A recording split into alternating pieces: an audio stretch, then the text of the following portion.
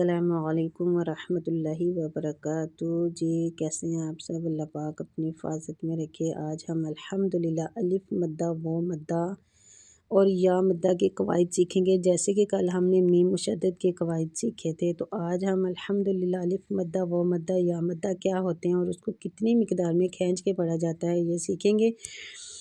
حروف مدہ 3 ہیں: الف مدہ، و مدہ اور یا مدہ۔ ٹھیک، حروف مدہ الف ساکن ہو اور اس سے پہلے زبر ہو، اور واو ساکن ہو اور اس سے پہلے پیش ہو، اور یا ساکن ہو اور اس سے پہلے زیر ہو، تو اس کو حروف مدہ کہتے ہیں۔ تینوں کی مثال جیسے میں آپ لوگوں کو مثال سے سمجھاتی ہوں۔ او، ٹھیک ہے، او تی نا، تی نا۔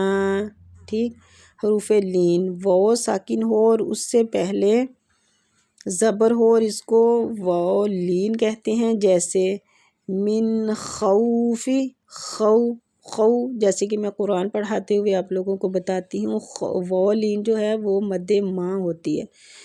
الف مدہ اور و مدہ اور یا مدہ کی ہاف مقدار میں اس کو کھینچا جاتا ہے اور نرمی کے ساتھ کھینچا جاتا ہے لین والے حروف کو، جیسے خوفی، خوفی، خو کر کے ہم نے اس کو زیادہ لمبا نہیں کرنا ہوتا ہے۔ ٹھیک ہے، یا ساکن ہو اور اس سے پہلے زبر ہو تو اس کو یائے لین کہتے ہیں، جیسے وصیفی، وصیفی، سوئی سوئی سوئی کر کے یا مدہ کی طرح اس کو لمبا نہیں کرنا۔ اسی طرح کھڑا زبر الف مدہ، کھڑی زیر یا مدہ اور الٹا پیش و مدہ کی آواز دیتے ہیں۔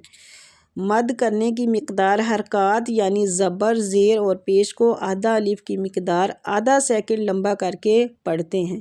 حروف مدہ اور حروف لین کو ایک الف کی مقدار 1 سیکنڈ لمبا کر کے پڑھتے ہیں۔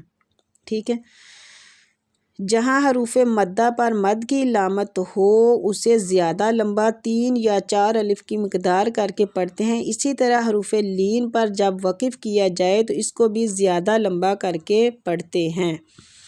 یہ تھی آج کا ہمارا جو سبق تھا، الف مدہ، واو مدہ اور یا مدہ۔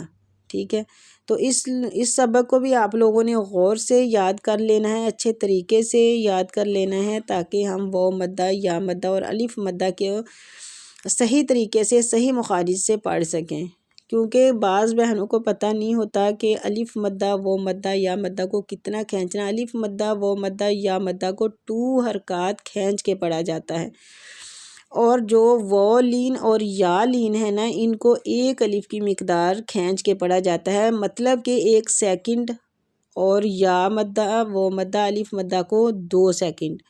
مجھے امید ہے کہ آپ لوگوں کو آج کا سبق بھی بہت اچھے سے سمجھ آ گیا ہوگا۔ اگر کچھ سمجھ نہ آئے، اگر کچھ پوچھنا چاہو تو آپ مجھے کمنٹ بھی کر سکتے ہیں۔